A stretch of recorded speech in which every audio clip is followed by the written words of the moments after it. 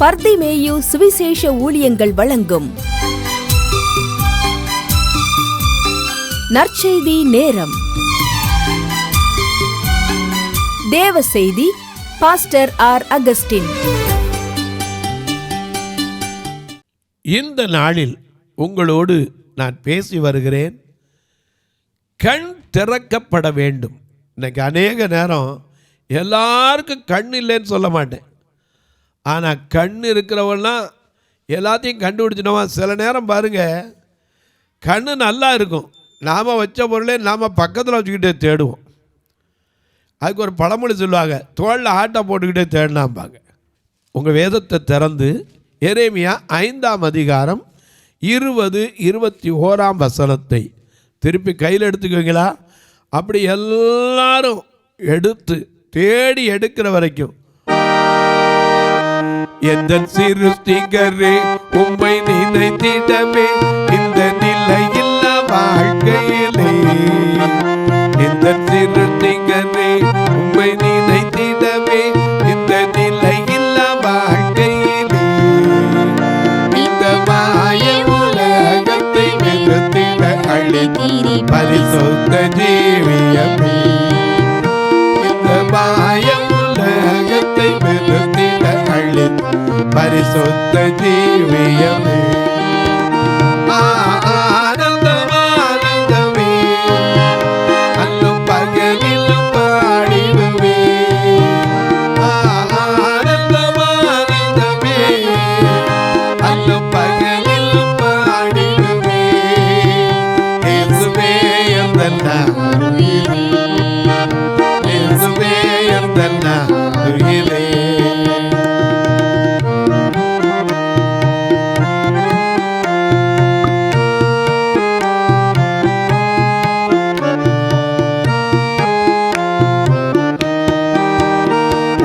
அடைக்கலத்தில் என்னை வைத்தவனே, உந்தன் நாமத்தை நம்பிடுவே. உயர் அடைக்கலத்தில் என்னை வைத்தவனே, உந்தன் நாமத்தை நம்பிடுவே. உம்மை அல்லாத பூமியில் யாரையும் நம்பிடு உயிருள்ள தெய்வமே. உம்மை அல்லாத பூமியில் யாரையும் நம்பிட உயிருள்ள தெய்வமே. ஆனந்தம் ஆனந்தமே, எல்லும் பகலிலும் பாடிடுவே. ஆனந்தம் ஆனந்தமே, பகலிலும் பாடிடுவே. இயேசுவே எந்தன் உயிரே, இயேசுவே எந்தன் உயிரே.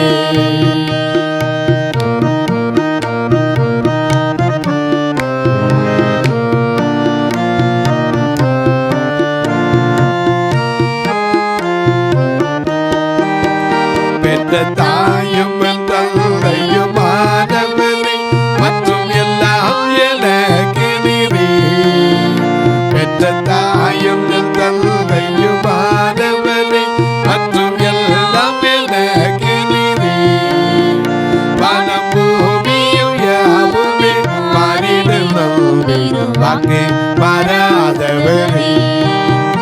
வானம் பூமியும் யாவுமே மாறிடும் வாக்கு மாறாதவரே. ஆனந்தம் ஆனந்தமே, பகலிலும் பாடிடுவே. ஆனந்தம் ஆனந்தமே, அல்லும் பகலிலும் பாடிடுவே. இயேசுவே எந்தன் உயிரே, இயேசுவே எந்தன் உயிரே. எல்லாம் எடுத்திருப்பீங்க. ஆண்டவரே சொல்றார், எரேமியா கொண்டு எழுதுறார் பாருங்க 5:20, நீங்கள் யாக்கோபின் வீட்டிலே அறிவித்து யூதாவிலே சொல்ல வேண்டியது என்னவென்றால், நீங்கள் கண்ணிருந்தும் காணாமலும் காதுகள் இருந்தும் கேளாமலும் இருக்கிற அறிவில்லாத ஜனங்களை கேளுங்கள். நம்மளை பார்த்து இப்படி சொன்னார்னா கோபம் எவ்வளோ வரும்? உங்களை பார்த்து ஒருத்தர் சொன்னால் கண் இருந்து பார்க்கலையா, காது இருக்கு செவிட்டு மேலே கேட்கலையா அப்படின்னா ஆண்டவர் சொல்கிறாருங்க, நான் இவ்வளவு கொடுத்துருக்கேனப்பா, உங்களுக்கு தெரியலையே. என்ன தெரியலை? நான் யாருன்னு உங்களுக்கு தெரியலையே. அவர் யாரா? அலைகள் மோதி அடித்தாலும் அது இறைந்தாலும் அவைகள் இறைந்தாலும் கடவாதபடிக்கு கடக்க கூடாது நித்திய பிரமாணமாக சமுத்திரத்தின் மணலையே அதற்கு எல்லையாய் வைத்திருக்கிறாரே. இது நமக்கு தெரியுதா? எனக்கு கண்வல்ல அநேக நேரங்களில் நமக்கு தெரியாத காரியம். ஆற்றுல இருந்து தண்ணி ஓடுது, கடலில் போய் கலக்குது, எப்படி உப்பாகுது? ஆனால் உள்ளே கிடக்கிற மீன் உப்பா இருக்கா? இல்லை. அது எப்படி உப்பு இல்லை? உப்புக்குள்ளே போட்டு வைக்கிற தேங்காய் உப்பு பிடிச்சிருது. ஆனால் உப்பு தண்ணிக்குள்ளே கிடக்கிற மீனில் என்ன இல்லை? உப்பு இல்லை. எப்படி? இந்த உப்பு எங்கேருந்து வருது? இல்லை யார் கொண்டாந்து கலக்கினா? நம்ம குழம்புக்கு பத்தலைன்னா கொஞ்சம் கலக்கிறோம், கூட்டம் இருந்தால் தண்ணி ஊற்றுறோம். ஆனால் உப்பு எப்படி வந்துச்சு? ஏன்னா சில காரியங்களை நமக்கு புரியாதுங்க. ஏன்னா அவர் ஆராய்ந்து முடியாத பெரிய காரியங்கள் செய்கிறவர். இந்த கடத்தண்ணியில் எத்தனை ஆறு போய் விழுகுது, அவ்வளோ தண்ணி நல்ல தண்ணியாக தான் போகுது. ஆனால் அங்கே வரணும் எப்படி உப்பாயிருது? எங்கேருந்து இந்த உப்பு வருது? ஆனால் அதே உப்பு தண்ணி வெயில்னால வெப்பத்தில் ஆவியாகி மேலே போய் திரும்பி மழையாய் பெய்கிறது என்று புவியியல் ஆராய்ச்சியாளர்கள் சொல்கிறாங்க. அப்படி பெய்யும் போது அங்கேருந்து எப்படி நல்ல தண்ணியாக மாறி வருது? ஆண்டவர்கிட்டருந்து வர்றது எல்லாமே நல்லது தான். அதுதான் நமக்கு விளங்கலை. அதனால தான் மாரியும் உறைந்த மழையும் வானத்திலிருந்து இறங்கி அப்படியே அனுப்பின இடத்துக்கு அது திரும்புறதில்லை. பூமியை நனைத்து விதைக்கிறவனுக்கு விதை, புசிக்கிறவனுக்கு ஆகாரத்தையும் கொடுக்கிறது. எப்படியோ அப்படியே என் வசனமும் வெறுமையா திரும்பாது, நான் விரும்பின காரியத்தை கட்டாயம் செய்யுங்கிறார். ஆனால் நமக்கு காது இருக்கு, கேட்க மாட்டேங்குது. கண்ணு இருக்கு, பார்க்க மாட்டேங்குது. குறைய மட்டும்தான் பார்க்குது, பிரச்சனைகளை தான் பார்க்குது. நம்ம பார்க்க வேண்டியது எங்க பார்க்கணும்? உதவி வரும் கண்மலை நோக்கி பார்க்கின்றேன், வானமும் வையமும் படைத்தவர் பார்க்கின்றேன். உதவி வரும் கண்மலை நோக்கி பார்க்கின்றேன், வானமும் வையமும் படைத்தவர் பார்க்கின்றேன். கால்கள் தள்ளாட விடமாட்டான், காக்கும் தேவன் உறங்கமாட்டான். கால்கள் தள்ளாட விடமாட்டான், காக்கும் தேவன் உறங்கமாட்டான். இஸ்ரவேலை காக்கிறவர் என்னாலும் தூங்க மாட்டான். இஸ்ரவேலை காக்கிறவர் என்னாலும் தூங்க மாட்டான். உதவி வரும், உதவி வரும், உதவி வரும் கண்களை நோக்கி பார்க்கின்றேன், வானமும் வையமும் படைத்தவரை பார்க்கின்றேன்.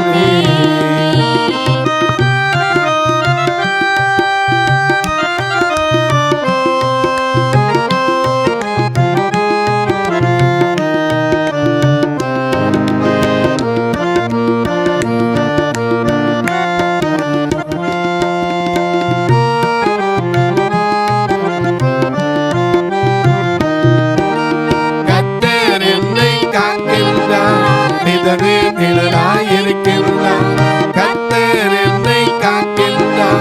எனது நிழலாயிருக்கின்றார்.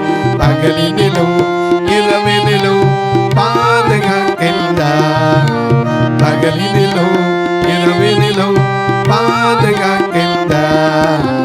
உதவி வரும், உதவி வரும் கண்களை நோக்கி பார்க்கின்றேன், வானமும் வையமும் படைத்தவரை பார்க்கின்றேன்.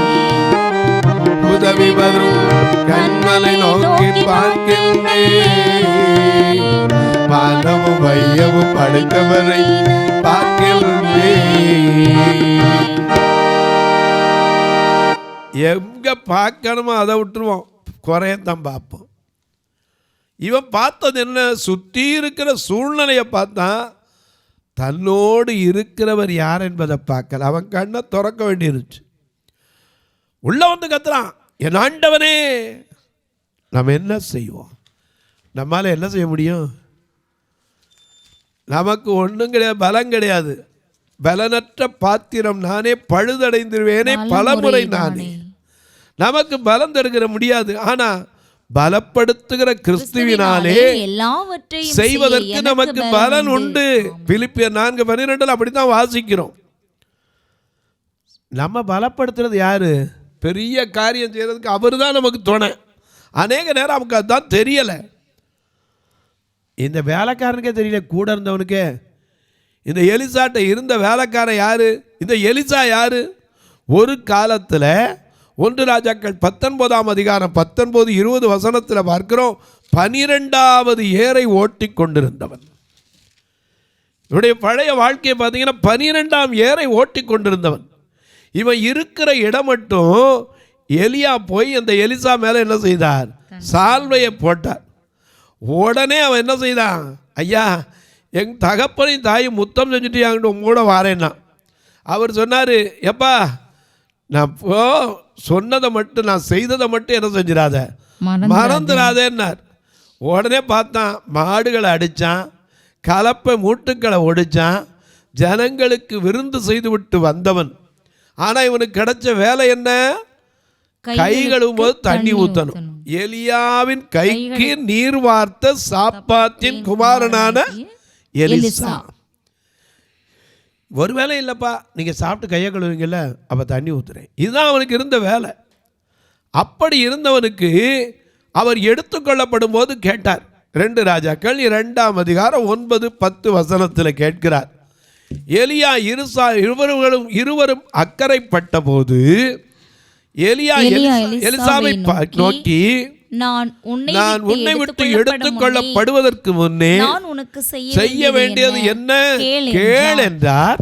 அதற்கு எலிசா, உம்மிடத்திலுள்ள ஆவியின் வரம் எனக்கு இரட்டிப்பாய் கிடைக்க வேண்டும் என்றான். உடனே அவர் சொன்னார், அரிதான காரியத்தை கேட்டாய், உன்னை விட்டு நான் எடுத்துக்கொள்ளப்படுகையிலே நீ கண்டால் இவை கிடைக்கும், இல்லாவிட்டால் கிடையாது என்று. இதை கேட்டு பின்னாடியே யோர்தானுக்கு போனா யோர்தானுக்கும், எரிகோவுக்கு போனா எரிகோவுக்கும், கில்காலுக்கு போனா கில்காலுக்கும், கூடவே பெத்தேலுக்கு போனா பெத்தேலுக்கும் ஓடுனவன் யாரு?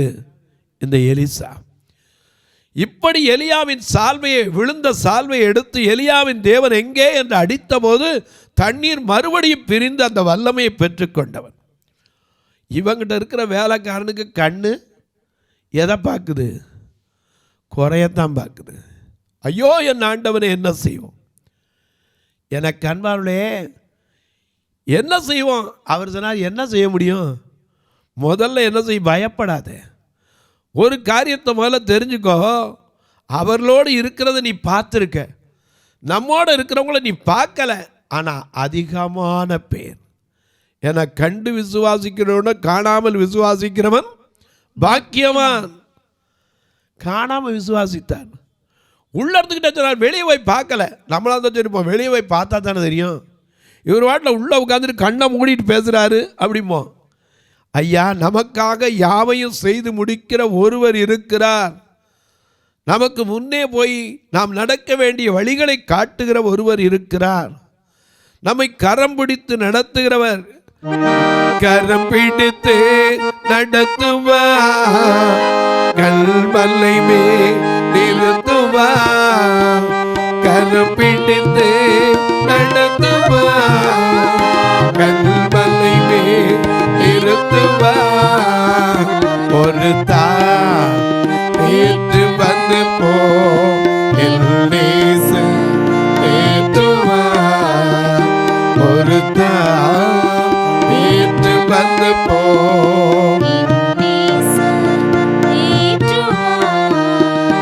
எனக்காக மரித்தாரே, என் பாவத்தை சுமந்தாரே. எனக்காக மரித்தாரே, என் பாவம் சுமந்தாரே. ஒரு தாய் ஏற்று வந்து போ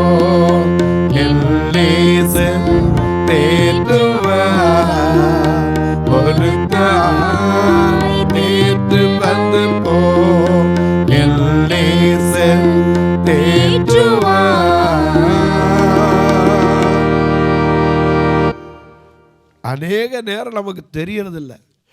ஏன்னா நமக்கு இருக்கிற கண்ணுக்கு பிரச்சனை மட்டும்தான் தெரியுதுங்க. பிரச்சனைகளை சால்வ் பண்ணுறவர் நமக்கு தெரியலை. கண்ணிருந்தும் காணாமலும் காதிருந்தும் கேளாமலும் அறிவில்லாது இருக்கிற ஜனங்களே ஏழுங்கப்பா, கேளுங்கப்பா. என்ன கேட்கணுமா சொல்றாரு. கடலை பார்த்துருக்கீங்களே, அதுக்கு அலை வர்றதை பார்த்துருக்கீங்களே, அது எவ்வளவுதான் அப்படி தண்ணி அலை எழும்பி வந்தாலும், எவ்வளோ அலை எழும்பி வந்தாலும், எவ்வளவு ஆக்ரோஷத்தோடு எழும்பி வந்தாலும் அது எல்லையை தாண்ட முடியாதபடிக்கு ஒரு கரை வச்சிருக்கேன். அது எதனால?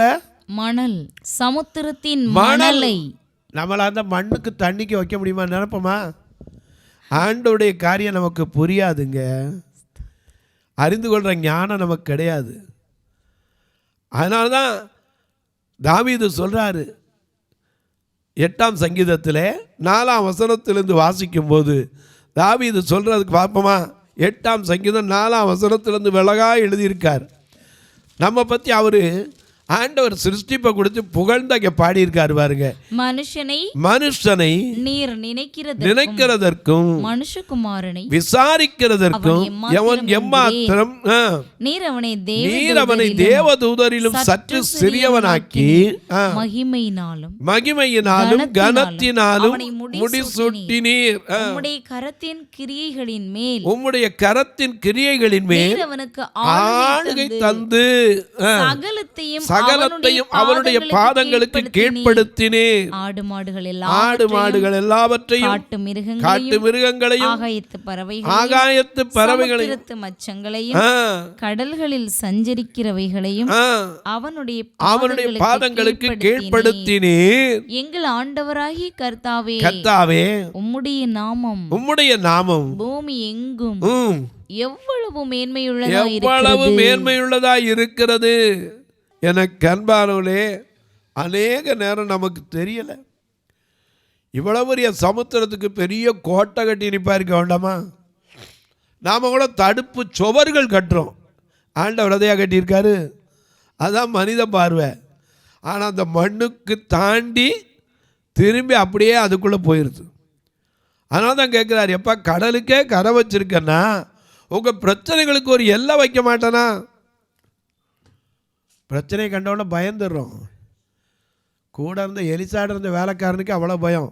என் ஆண்டவனே என்ன செய்வோம்?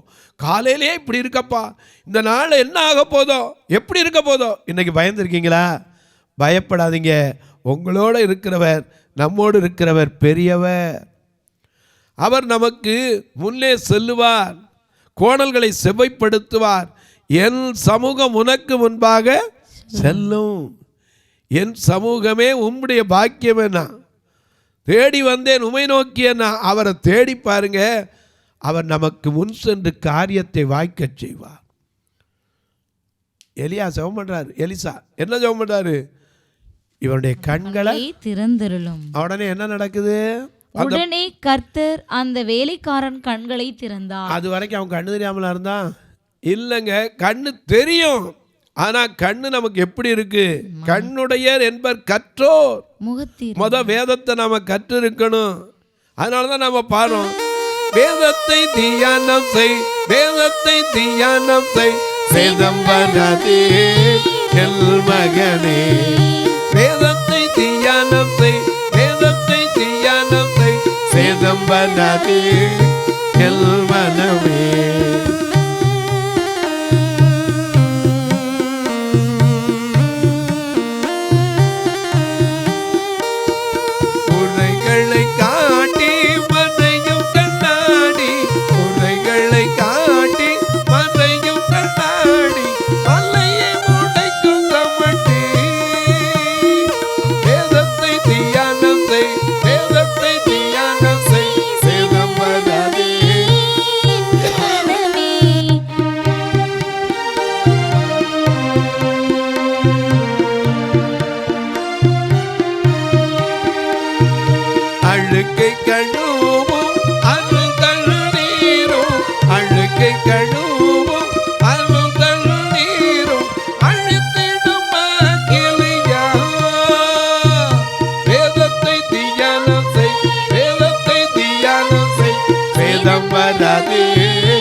எல் மகனே.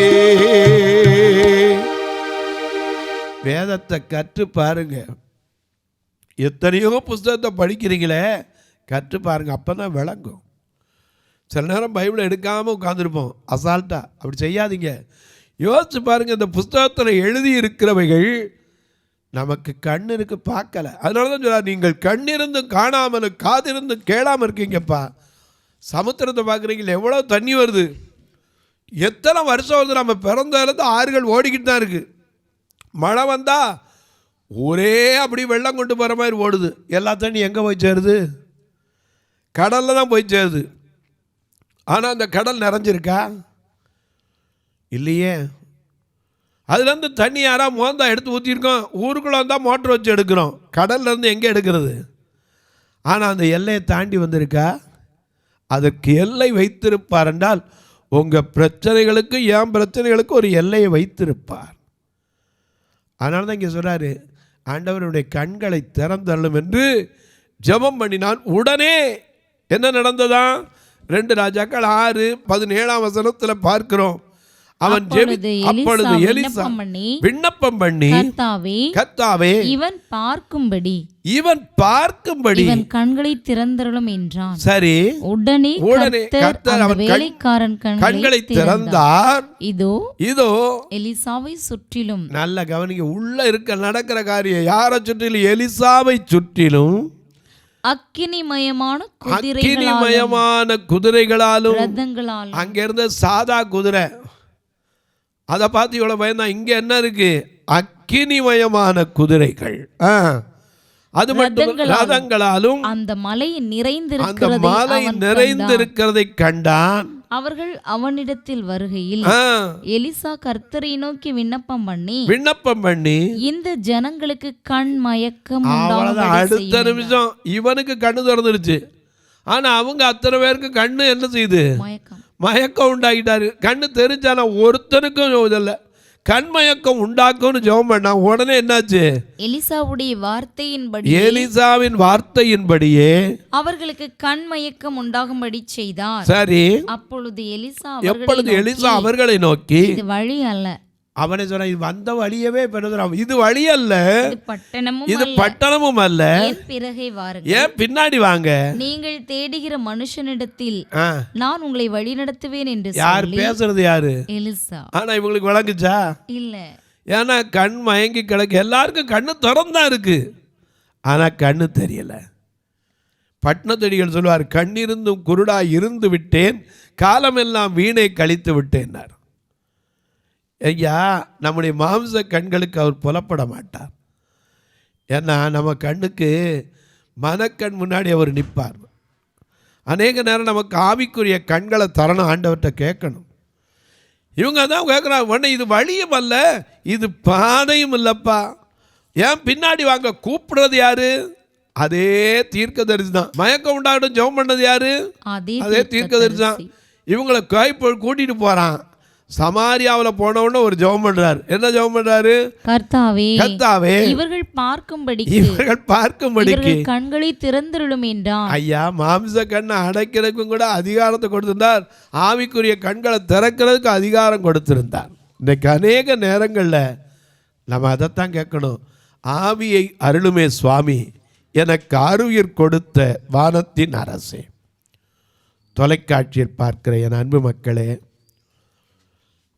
சொல்கிறவன் அவன் தான், ஜெபம் பண்ணுறவன் அவன் தான், கண் மயக்கம் உண்டாக்குனவன் அவன் தான், திரும்பி இந்த மயக்கத்துலேருந்து அவனுக்கு தெரிய வைக்கணும் சொன்னவனும் அவன் தான். இதை பார்த்த வேலைக்காரன் என்ன யோசிச்சிருப்பான்?